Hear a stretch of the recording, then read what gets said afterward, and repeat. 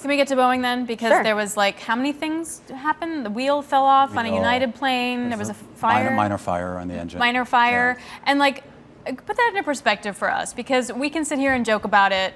We're glad no one was injured. We can joke about it and then be like, oh, Boeing. But like, these are issues that happen with planes a lot, right? So where's the distinction between Boeing's got real problems with like, yes, this is normal stuff that happens to planes? Yeah, there's been a lot of Boeing news. The NTSB came out, said they weren't cooperating. You know, Boeing has specifically said they did provide names and they're cooperating as much as they can. I do believe that they are providing as much detail as they can. Part of the issue is in their manufacturing process. Potentially they don't have the documentation, and that's what results in some of these back and forth. But you know, the stock's at 200. They're going to report February orders and deliveries on Tuesday at 11 a.m.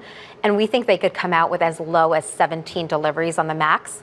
Keep in mind they should be at 38 today. We know they're not at 38 because the FAA is monitoring them, telling them to stop production. Yeah. So all this, you know, news flow doesn't help. And of course, the Spirit news last week, there's a deal that's probably imminent. Yeah. Well, what do you make of that Spirit deal? I mean, do you think that would help them by having this back in-house, fully in-house? Does that help with quality control and some of these other issues? Or does this just maybe just add another burden, I guess, to what Calhoun's trying to do over there? Yeah, I think, you know, clearly Dave Calhoun 12 months ago or 9 months ago was not so keen on in-housing Spirit. Yeah.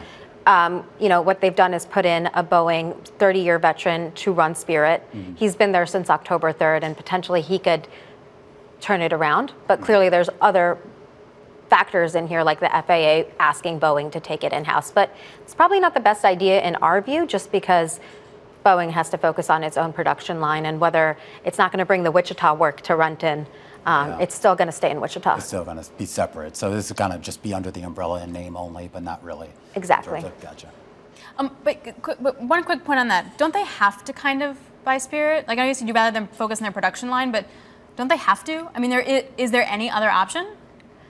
Spirit could be a standalone entity. Still? Yeah, it's gone through the worst of things. It lost about $350 million of cash flow last year. It had a free cash flow outage.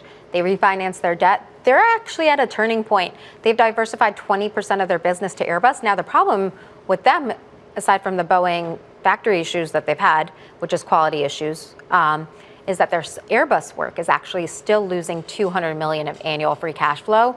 So they have to do something with that. So if Boeing does take them in-house, first of all, they're not going to buy the Airbus business.